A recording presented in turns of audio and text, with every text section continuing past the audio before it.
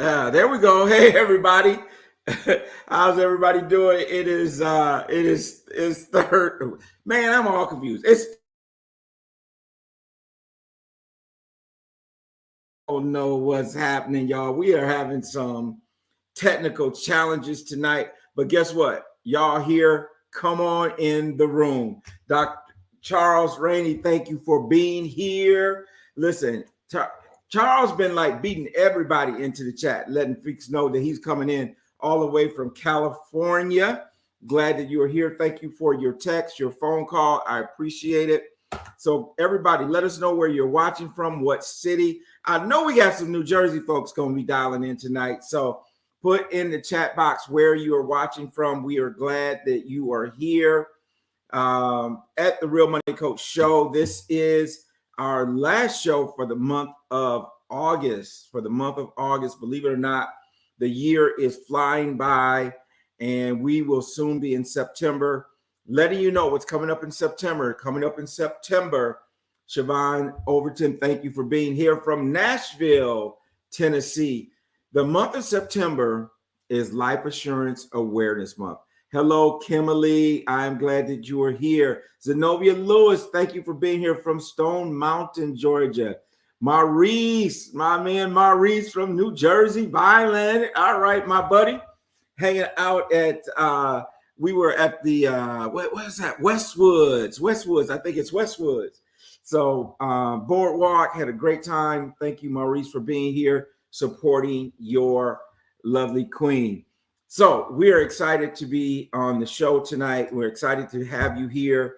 As I was mentioning, okay, I had to correct myself. Sherrod is not from Nashville. She's from Murfreesboro, Tennessee.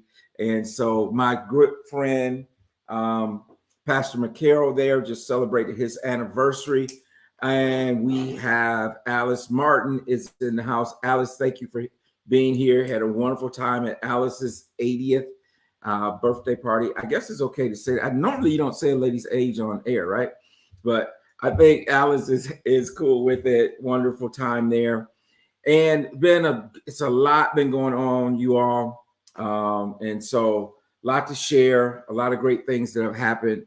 And so what I want to do is I'm going to bring my co-host on here in a second. Y'all know her, but I think what I want to do is we're going to bring Michelle on. I don't want to do this, Michelle, but I got to do it. Let's bring Michelle on, and so we can talk about what's been going on. Michelle. Hey, Tony. There we go. Hey, Michelle. Hey, Tony. You can't hear me? I can hear you. I can't. Oh, you eating my popcorn? I'm sorry. Oh, my bad. You eating my popcorn? Tavia. Oh my goodness. You eating my popcorn? Oh, I'm sorry. He brought it to Michigan. I didn't get it. He took it back. Okay, I guess you got to go over to Concord and get me some of. I got to go there and send you some popcorn. Michelle, this is cherry wine. Ooh. Don't nobody in the house like it but me. Really? Well, good for you. I didn't take this one. This wasn't for you in Michigan. But it is good stuff. I'm telling you. I'm going to send you some. Okay. I did bring it. I did bring it. So, how you doing, Michelle? I'm doing good. I didn't do that to rub that in. Of course not. It's good popcorn. It's good popcorn. So, Michelle, what's been going on? How you doing? I'm doing good. You know, today's been, I don't know, but I'm good. It's been one of those days, one of those weeks. One of those days. What I want to ask you about, listen here, we got Omaha, Nebraska. I don't know that we've ever had anyone from Nebraska on the show. Listen, hey, Rovine Allen, thank you for being here. So tell me about this contest that you were judged for. Oh, yes. I was the judge at the Kalamazoo Black Expo pitch competition. So I do the financial modules of the beta program, and then they get an opportunity to pitch their businesses and win $5,000. First prize was 5,000, second prize was 1,500, and third prize was 500. So I got Sweet. to this is my third year judging at the pitch competition, and this year was very challenging. Was it, so a lot of was. good pitches. It was a lot of good pitches. Yes, there were a lot of good pitches. So we had 4 people that ranked real high. Okay. And so there's the first, second, and third prize. First, second, and third prize. And how much do they get? 5,000 is the top prize. $5,000. Okay. Yep. 1,500 second and 500 third. Okay. And so But this was a one-day pitch. I mean, this is just one day. 3 minutes. We got North Dakota. We got people all over. Love it. Oh my. So it was a one-day pitch. Yeah, 3 minutes. They had 3 minutes to pitch. Okay. And then do they repitch? Did they make it to the next round or? No, they just all pitch. We had 9 participants and we ranked them. Like we had a rubric. Okay. So we ranked them and then we picked our top 3, and the 3 judges then picked the top of our top 3s. We picked the top 3. Yeah. Okay. Gotcha. Yeah. Put them in order in ranking. Yeah. Okay. Got it. Man, my godson need to be in that pitch. I mean, come on. Yes, he does. And I told him that he was there. Okay. He was there. Actually, Beta is a incubator program for Black entrepreneurs here in Kalamazoo. And it's 4-month intensive, Gotcha. like intensive. So for completing the program, they all get $5,000 anyway. Then they get an opportunity to pitch for an additional additional funds. Yeah. Oh, that's pretty cool. That's great. Because we support entrepreneurs, especially absolutely. entrepreneurs 100%. So but Tony, I had to get on them though. You had to get on. Now that was over the weekend, right? That was over the weekend, yeah. So that was the same weekend we were in Michigan, but you were tied up doing that. So yeah, I was doing the pitch competition. Yeah. So we blew into Michigan and blew out. I know. Yeah, because we had to go get some stuff. Look, can I show you what we had to go get? What you had to go get? We got this little gem right here. Right. This is the Black I Am Awards, Tony and Elisa Jackson, Patriarch and Matriarch Power Couple. Oh, nice. Yeah. How about that, right? Matriarch Power Couple. Okay. Yeah. That makes you sound old. I know, right? We're like, okay, I guess after 31 years, that's what they call you, right? You call it a patriarch, matriarch. I'm like, okay, but it was nice. And then we got, I got this little gem right here. Ooh, your here. presidential award. Yeah. So it was pretty cool. It was pretty cool to get that honor and stuff. And I haven't even made a post about it yet, so I will. I've been waiting for it. Yeah, it's coming. I just got to get it prepared. I've just been busy. Edith Matthews, thank you for being here. Mariah, thank you for being here from North Dakota. Listen, we got a great crowd tonight because we have a great guest that's going to be with us. And I don't know if you saw any of the clips. I was looking for you, Michelle, because I now have a TikTok. Did I tell you I had TikTok? I just started a TikTok. I'm not on TikTok, Tony. I know I couldn't tag you on TikTok. I was looking to tag you on TikTok. I got me a little TikTok. I looked for Dante too, but it was so many Dante Robinsons. I'm like, which one is it, right? And so I wanted to tag you. I look for our guests, and so I'm brand new. Don't even know what I'm doing. But we're on there. I'm gonna have to get hold of my godson so he can give me some pointers. I know he knows all of it, right? Right. So I posted a couple videos because our guest tonight, Dr. Lisa, she was on the radio show, and we actually did her interview by Zoom. And so I kind of put a couple of those reels out there so people could see what they're in store for tonight.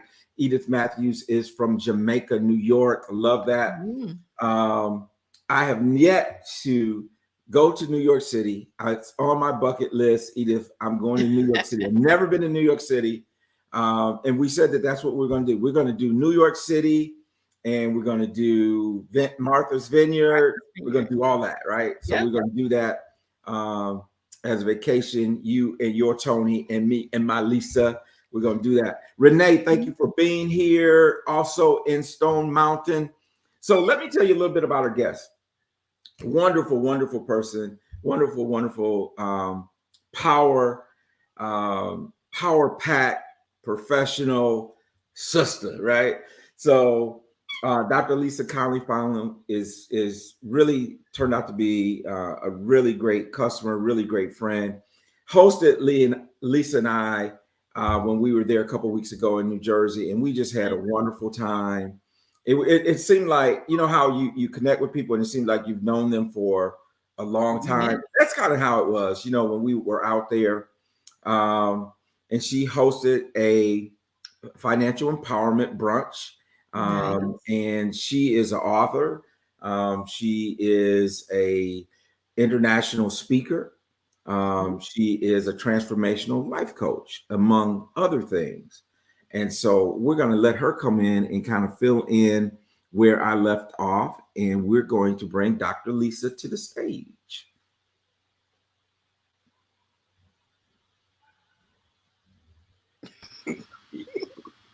We got a little lag. There we go. There we go. All right. Dr. Lisa. Hello, everybody. How you doing? So,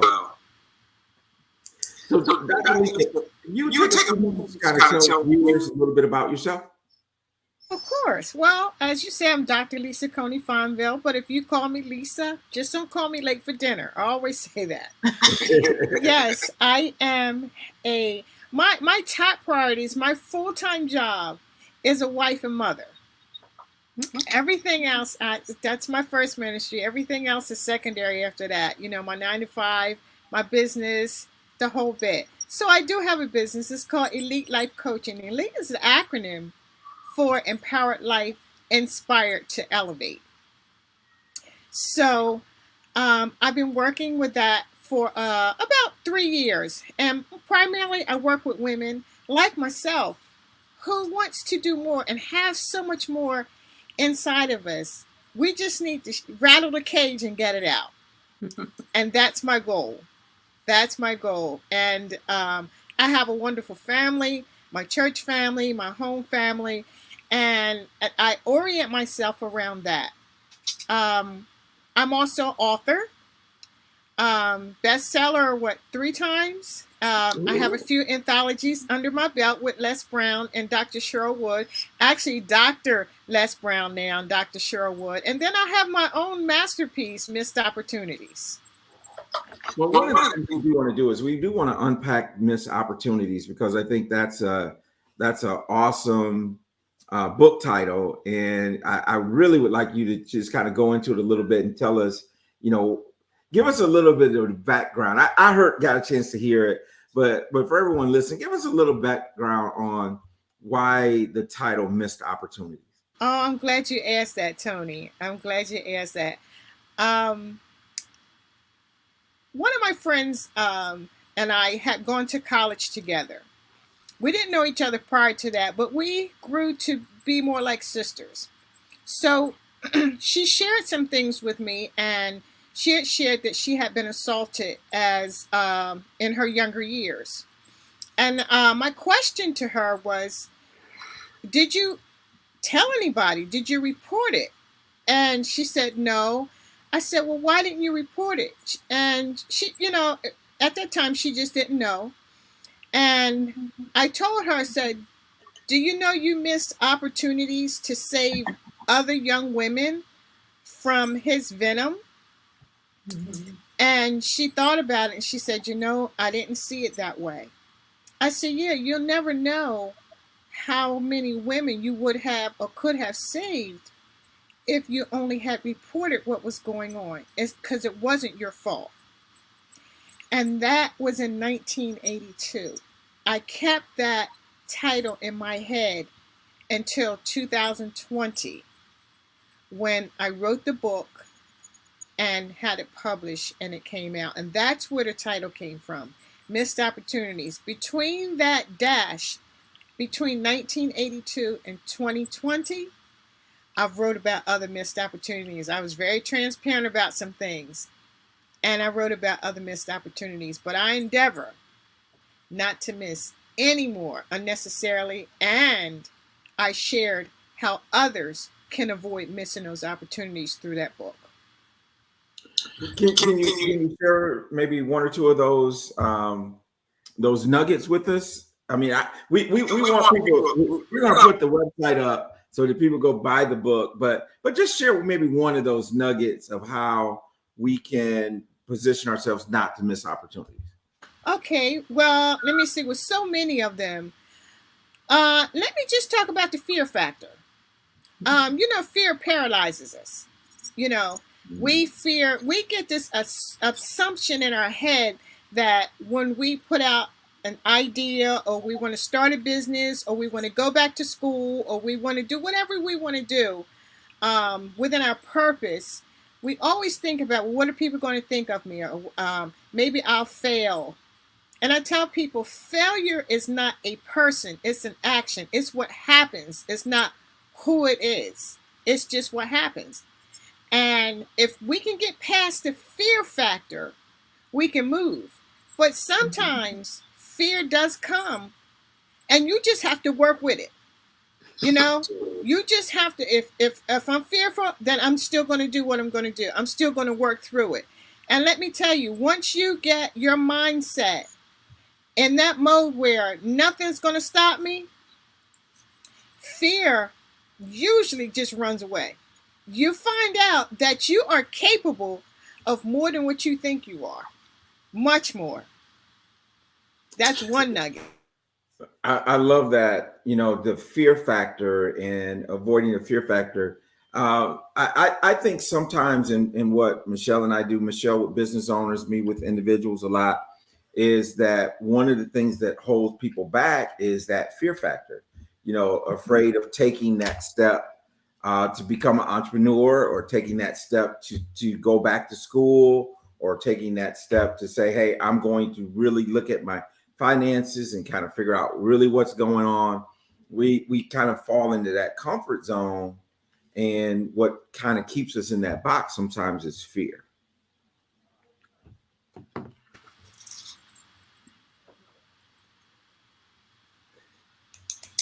And so Dr. Lisa, we know that you, I really want you to share the story of that you shared with me in terms of what you were told, I think, in high school, and what you're doing now. We need to bridge that gap between that girl in high school and Dr. Lisa, because I think it's a very inspiring and amazing story. Oh, I would be glad to share that, Tony. Well, let's see. In high school, I took academic courses in high school. I just did. I always wanted to challenge myself to see what I was capable of doing. I was taking, I think it was some type of math class. It was like calculus. I think it was calculus or something like that. I had never had it, of course, but I was taking that course. The first day we walked into class, our instructor, our teacher said, and quote, "I already don't like some of you. You can go drop my class right now, because I'm going to tell you now, half of you is not going to make it." And it seemed like she was talking directly to me. I couldn't wait to get out of that classroom to go and drop her class.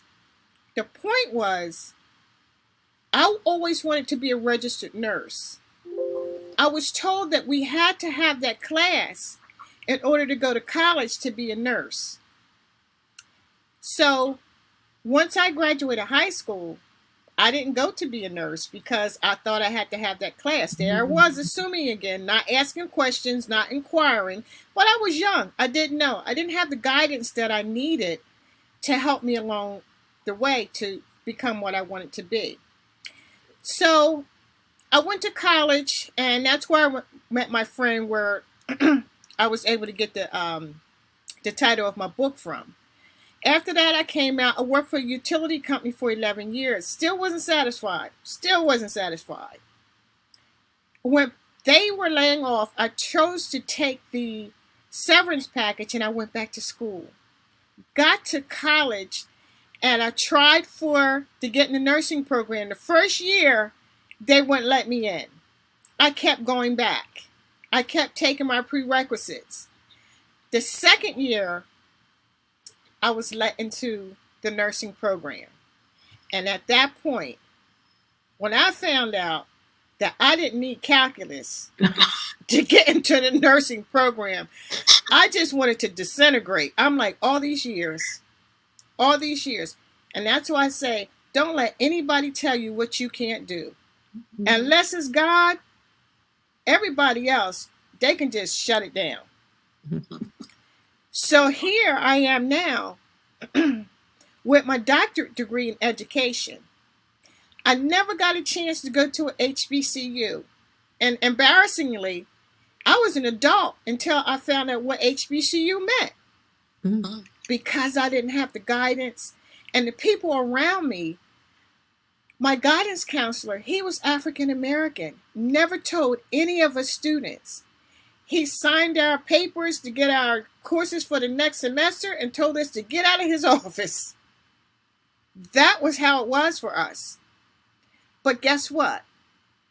I am now a professor, an adjunct professor at Lincoln University in Pennsylvania. So I didn't get to go to one, but I get to teach at one. Who knew? Now I do have my doctorate degree, and I'm letting it work for me. And what do you teach? Ethics in nursing. I teach a variety of things, but my primary is ethics in nursing, and I also teach.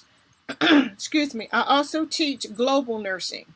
So we learn about all the nursing programs around the world and how their healthcare system works in Scotland, works in Norway, works in Europe, works in Africa, or if they even have a healthcare system. Awesome part of this is when we look at this going full circle, to me, it's so amazing. So here you were, said, hey, listen, you might as well get out of this program because you're not going to be a nurse. It's not going to work. You can't do it.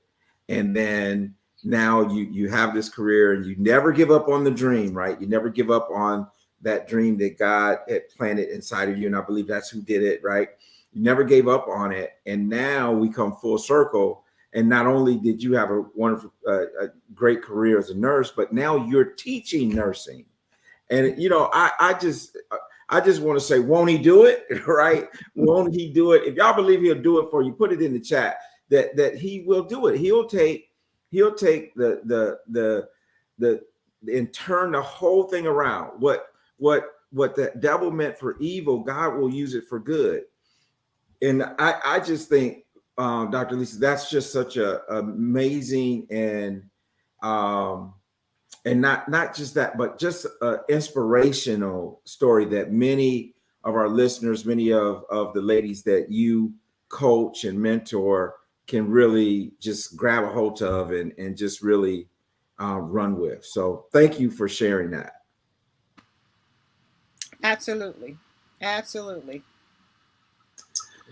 And so now, listen, we got a lot of people that are making a lot of great comments, and you can see them rolling in. We got Edith Matthews, prayers indeed. We got, Ms. Allen says your journey is amazing. Maurice said he will do it. Your husband said he's your biggest cheerleader. I love it. Renee says he'll do it like no other can. Absolutely. This your daughter? Mariah said, I love you, Mama. You gotta love that, right? So that's pretty awesome. And I know from spending time with you and Maurice how proud you are of your children, Mariah, and what's your son's name is Maurice as well, I believe. So tell us a little bit about your kids real quick. Well, I'll start with my son. That kid, I tell you, that young man is amazing. I call him my genius. Any pictures that I usually put him and my daughter together, I always put him on the left. He said, "Mom, why you always put me on the left?" I said, "Because you're the leader." You're the leader, so that's what L starts with, leader. So I'll put you on the left. I said, you always look after your sister. Now, my daughter is in the military. Now, that girl is a firecracker. she's a go-getter. She's a shaker. She's a mover. She's a firecracker. And I said, I don't care what military she's in. She was your sister first before she got in the military, no matter what. She doesn't come before your wife because my son is married. I said, but you always look out for her. I taught my children to look out for each other in every way, to support each other. My husband and I endeavor to give them the best example of how a father loves the child's mother, and the mother reciprocates that to the father. So my daughter, she's in North Dakota. She's in the military. I think she's been in about 8 years now. And she's my silent walker. She walks soft, but she carries a big stick. Very big stick. I'm so proud of both of them. My son he let his gift of drumming. He's a drummer, and he plays for various artists. He has traveled all the way around the world. Africa 4 tours, Europe, I don't know how many tours, Canada, he's in and out. And he's been in every state in the United States except for Maine. Wow. So he's a prime example of your gift will make room for you. Because he's never had a drum lesson, ever. He's self-taught. He's even taught himself how to play keyboard off of YouTube. So both of them are just amazing kids. As they were teenagers, I never had the teenage issues like I hear most people talk about. My daughter, she wasn't boy crazy. She liked guys, dated couple, but her standards are so high. I said, don't you let them down. Don't let your standards down. Her father gave her an amazing example of how a woman should be treated by the way he treats her, the way he treats his mother, and the way he treats me. So she's not going to settle for less. That I do know. But they're just amazing kids. I'm just blessed that God chose me to be their mother. I'm so excited. That's awesome. I know how you feel as a mother, like when your children grow up and you can see the essence of who they are and what you and your husband have poured into them. Because Tony is too. Tony and Lisa and myself and my Tony, we are both watching our children in their 20s, in their adulthood. And that's just amazing when you can see the fruits of all the labor that you put into them, raising them, so that's awesome. It looks like, oh, Tony's back. I don't know what happened. Gremlins. I don't know what's going on. I know gremlins. The devil is a liar, right? Right. So, yes. Yeah, I don't know what happened. I don't know. Can you guys hear me? Yeah. Oh, okay. Because I don't see myself, but can you see me? Yes. Oh, okay. You're good. Yeah. Oh, I don't know. We got some internet issues going, and it's so interesting. Never mind. That's a whole nother story. They said that they supposedly came out and fixed something that I didn't know was wrong, but obviously there was something. But we're back. We're back. So where were you guys? Talking about our kids, And let me add this as well. My husband and I, we raised our kids, but we had a village.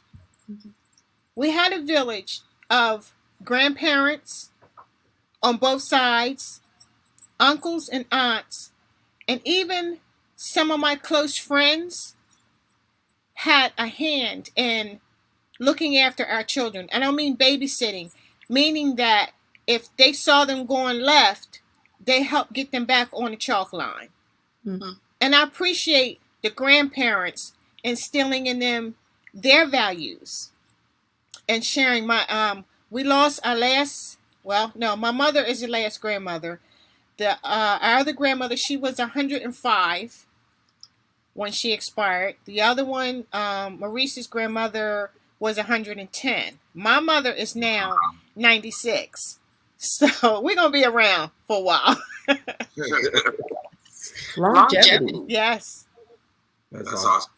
So Lisa, tell us a little bit about what you're doing in terms of being a transformational coach. And I thought that was interesting. What exactly is a transformational coach, and how did you get into that? Okay. Let's see. Well, living life as a young lady, working and being a mother, and wearing different hats, I find that a lot of people came to me for advice, and I'm like, why do you always come to me? Yeah, but you look at things a little bit different. So I looked into coaching because I was seeing like I was doing more consulting than coaching. So I thought maybe I should have renamed my business that way, but I didn't. I named it coaching, Elite Life Coaching. And as I said before, elite stands for empowered life, inspired to elevate. And I wanted to be to somebody else what I needed in my early years. I have older sisters, but they were doing their own thing, as well as my older brothers. I wasn't that girl in high school that dated the football player, the famous quarterback, or the famous basketball player. They said hi to me, but that was it. I wasn't one of those famous girls, even in college, you're like, yeah, they call me the church girl. I didn't mind that. I didn't care. Right. But I know what they meant by it, So when I didn't have things to help me transition from one phase of my life to another, I had to scratch and fight for it. I didn't know the resources. As I told you, I didn't get to go to a HBCU because I really didn't know about them. And how does an African-American black child, not know about HBCU coming up? I just don't understand that. But I was that kid. I was that young lady. So what I did, I vowed that anybody's life that I can touch in a way that will help them, that I was going to make that happen. So what I did, you don't go in things just unadvisedly. I took a course and got my certification. I really wanted to dig into it to see, am I doing the right thing? Am I saying the right thing? Am I offering the right thing to my clients? And as a registered nurse, a lot of times you do that education anyway. You have to educate your patients about their diseases, their diagnosis, their medications. So you constantly educating, talking, giving resources. So I said, you know what? My husband said, why don't you monetize that? Because you're giving all this free information out. You could be doing something different here. So that's why I stepped out fearfully. I said, nobody wants to hear what I have to say. He said, why not? Why is the phone always ringing in?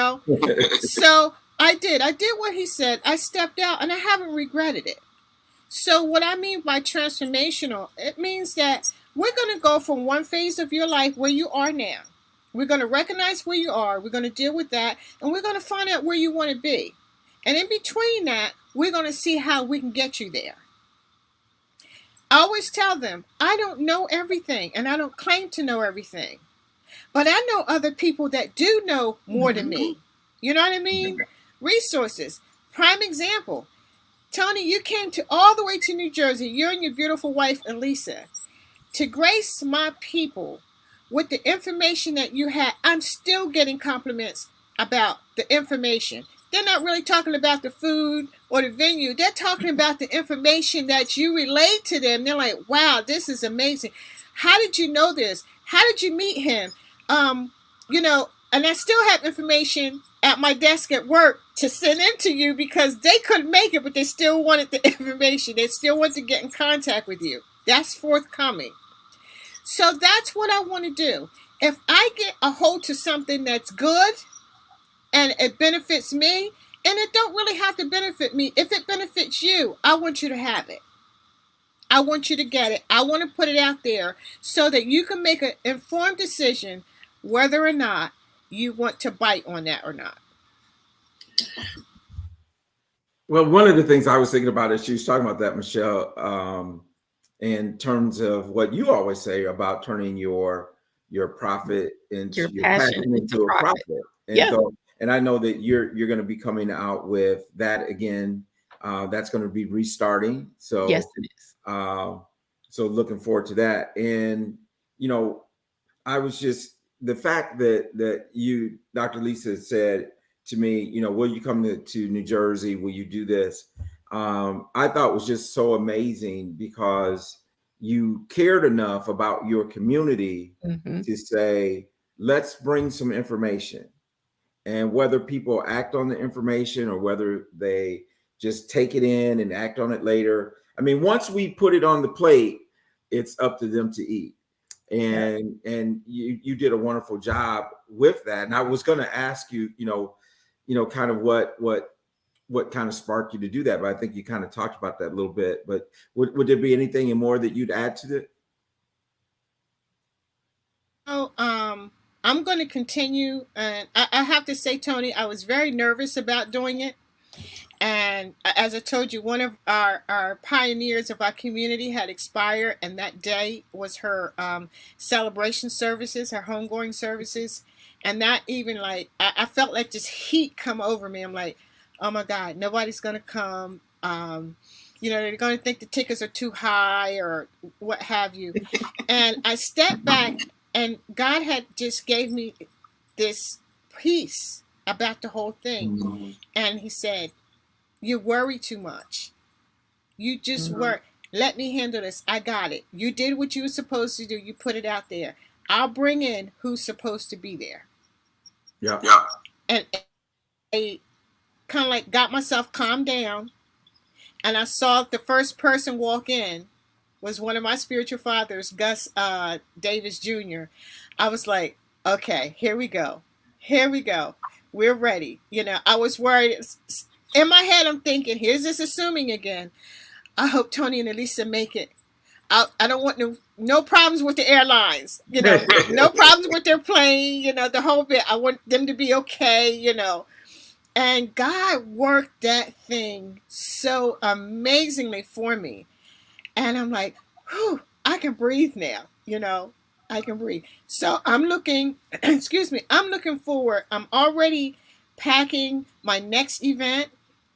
I'm going to collaborate with 2 other nurses, and we're going to put on an amazing conference. I mean, I'm taking this thing as far over the top as I can. And anybody that knows me, they know what that means. Uh-oh. It's on. It's on. Well, you know, I just want to say, and Michelle, it was the room was beautiful. The food was beautiful. It was really top notch all the way. That's what you said. That's what Lisa said. Yeah. It was top notch all the way.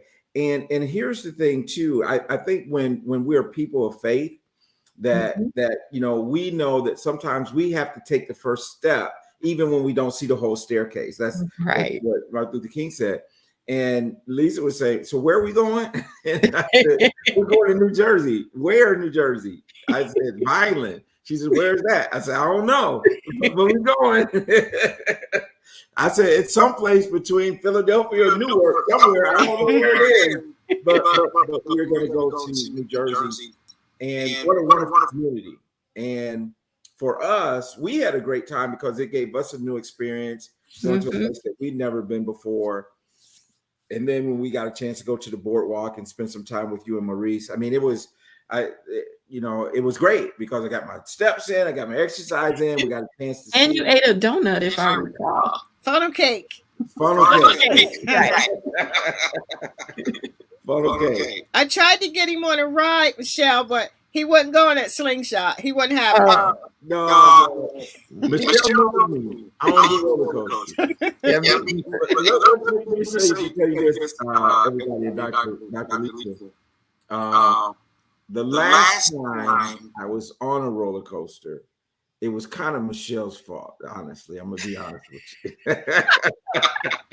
My fault. Yes. So we were in California as students, and we were at Great American or something. And so I was dating, you know, we in love. We just talking in line. I'm just talking, Lisa, Michelle. We just talking, and we in whatever line. I'm thinking we get on this little train, and they get me on a roller coaster, crying like a baby.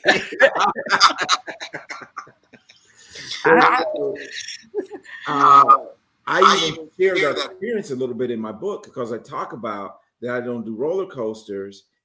The other thing I don't want my money on a roller coaster, right? I don't want my money doing this on a roller coaster where you don't know what's going to happen. Is it gonna be a dip? If it's going to go up? And here's the thing: the analogy of the roller coaster and your money. Typically, what happens is the roller coaster goes up very slow. Click, click, click, click, and then when it gets to the top, and you don't really know when that's going to happen, all of a sudden, and so often when we have our money in the market, that's exactly what happens. Before we know it, the bottom falls out, and we're now losing money. And what I enjoy is being able to put people in a position where that doesn't happen to them, and it doesn't happen to their money.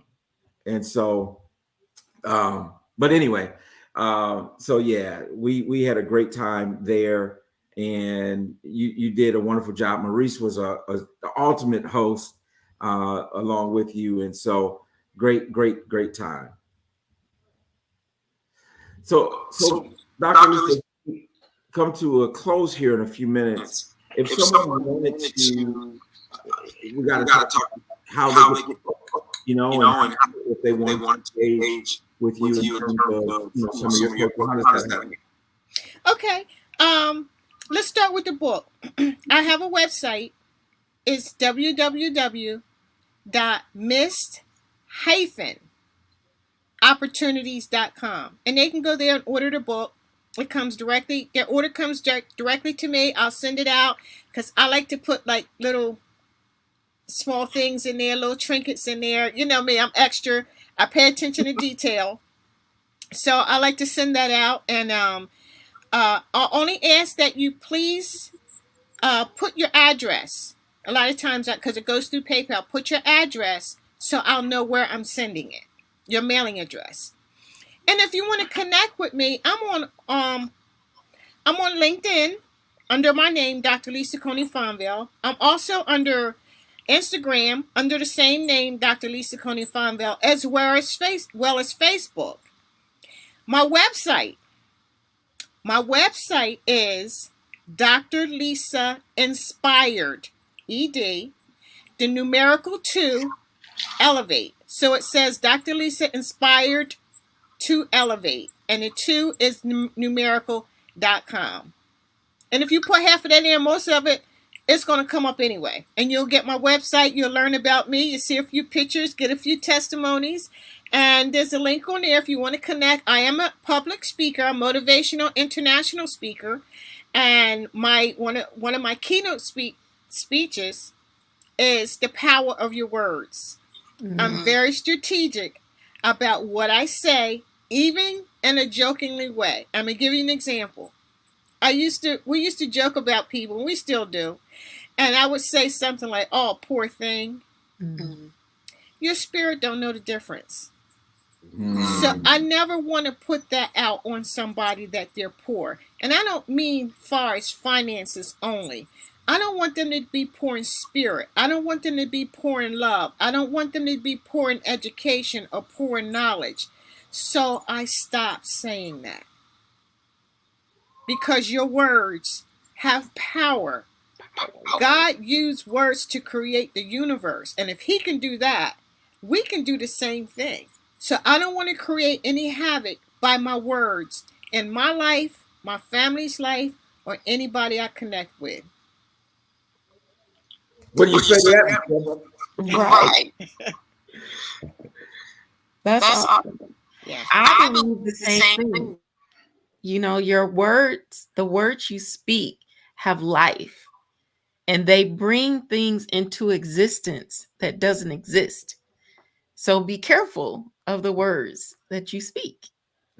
The power of the tongue, right? Yeah, the power of the tongue. And here's what the word says. The word says that my words go forth out of my mouth and they will accomplish exactly what they please. Now that could be, if the words are going out are positive, then that could be positive. If the words going out are negative, that could be negative. And we often talk about, when we do financial education courses and classes, that we have to stop saying these things like, you know, nobody has any money, or Right. people are poor, or stop doing that. Money don't grow on trees, and all these types of little cliches that we've learned over the years that are really putting us in a negative mindset when it comes to our money.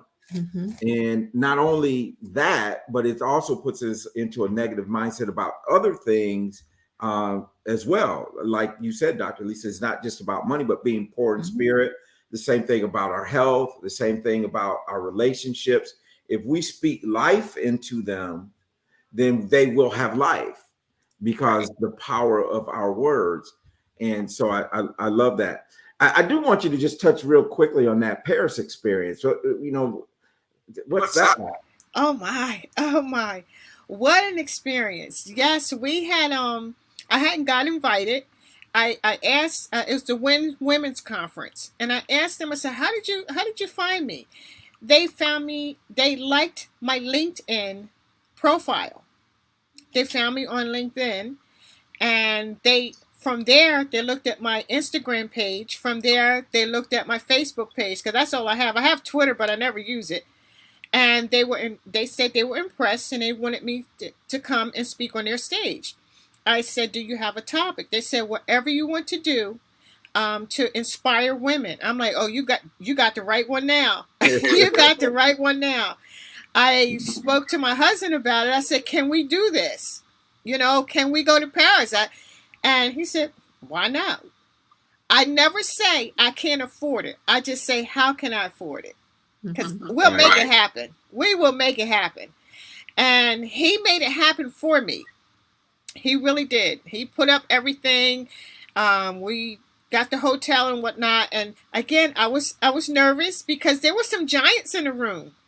But I didn't realize I'm just as big as one of those giants. They were really ready to listen to me as I was them. And God allowed me to take the stage, make an impact. Not only that, I made some lifelong relationships, friends, resources, and then we took on Paris.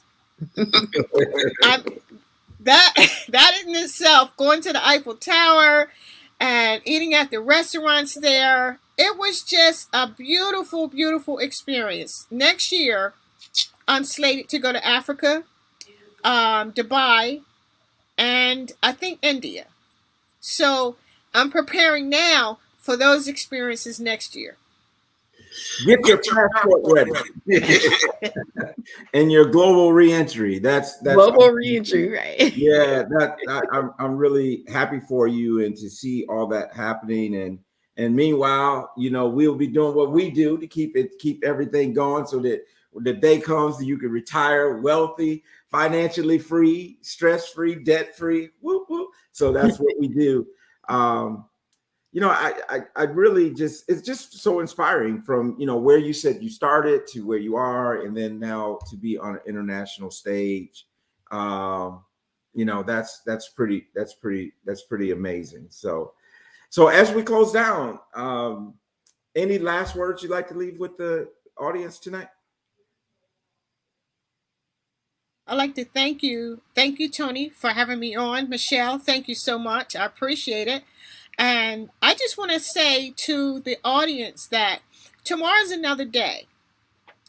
There's nothing we can do about tomorrow. There's nothing we can do about yesterday. You can't change history. Once it's carved in, that's it. But I want to encourage you to maximize every moment that you have, because tomorrow things can turn upside down. Not that it will, but it can. It has that propensity to turn upside down. Enjoy your life. Don't waste time trying to get there and not enjoying the journey. Because if you don't do that, once you get there, you have less time to enjoy what you're trying to accomplish. So enjoy every moment of your life, because every second of your life has purpose. Awesome. Michelle. Last words for today. Yes, I 100% agree. Every moment has purpose. And it's up to you to decide what to do with that moment, because you have choice, right? Yeah. Awesome. Love it. Well, let me just say this. I just want to go back and just look at some of the great comments. You know, Sharon said, thank you, Lisa, for sharing. We got Maurice said, done. We got a lot of great comments here in the chat where people are just saying, you know, just how amazing this has been, and that you've really been truly a blessing. And I think a lot of people are the better off for being here and listening. I do want to remind people that we are here every Tuesday evening at 8 p.m. Eastern time. The radio show takes place on Saturday mornings at 7:30 a.m. Here locally on the radio station Radio One, but also it's released as a podcast on all of the podcasting channels. So even if you want to go back and hear the radio interview that Lisa did with me, and you'll get some of these nuggets in a condensed time frame, feel free to do that, and also share this platform with others. And if you have not subscribed to our Facebook page or YouTube page, Facebook too, we have a Facebook community. But if you have not subscribed to our Facebook or YouTube channel, please do that. We are on a campaign. We're really close to hitting 1,000 subscribers.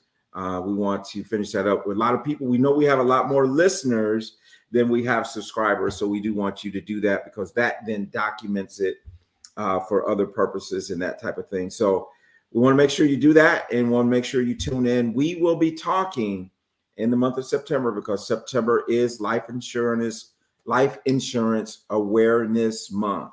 We will be talking about life insurance extensively, different types, how much you should have. Matter of fact, we will be kicking off probably on the first Thursday in September. I will be doing my seminar that's titled GoFundMe Ain't Life Insurance. GoFundMe is not life insurance.